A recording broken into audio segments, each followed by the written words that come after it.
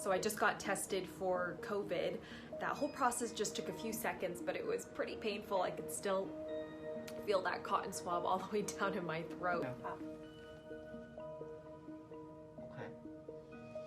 So it's now the day after I got tested for COVID when that guy with the hazmat suit came to my door, and I got my test results back and they came in negative. And I have the official document here proving that my nucleic acid test results came back negative. So I'm COVID free.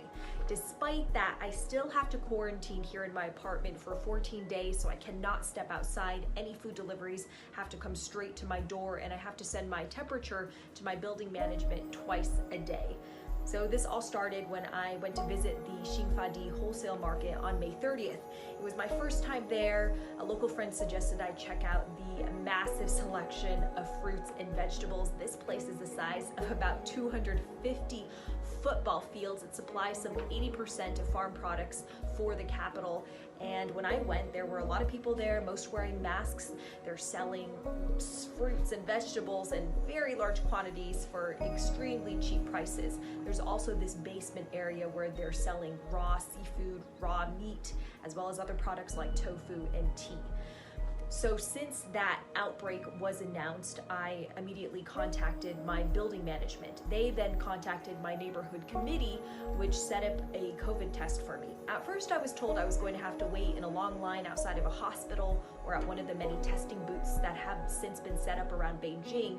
But I got a call shortly after saying that someone would be coming to my door to take my test just outside of my apartment. So the whole process just took a few seconds. Beijing is rolling out this massive contact tracing and testing plan, trying to isolate and track down and test every single person who went to the market as well as their close contacts. So as of June 13th, Beijing says it's already tested some 356,000 people.